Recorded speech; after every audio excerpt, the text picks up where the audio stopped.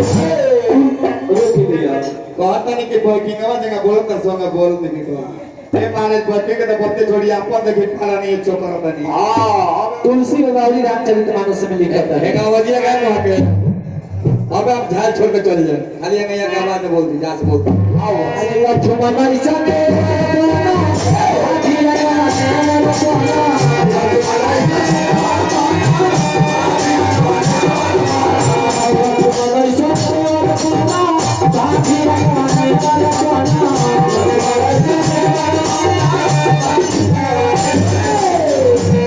तुलसी वाला रामचरितमानस में लिखा था नहीं कि लक्ष्मण ऐसा देवर बना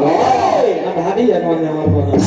हाजी ये बहुत देवर वाला है बताइए गाज को के देवर देखी एगो ई देवर बना कि अगर बाका भाई के अगर फ्लाइट हो गई हां जाने उनका बाका भाई के फ्लाइट हो गई हाजी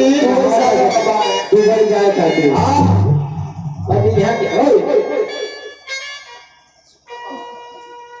चली गई है हनुमान जी के दरबार में हाजी काहे खातिर हनुमान जी के भाला भागे अरे हनुमान जी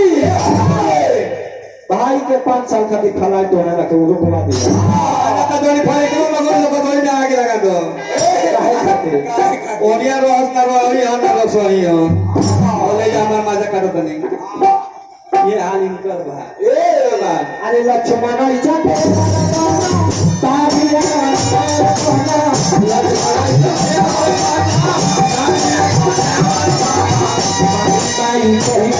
लक्ष्मण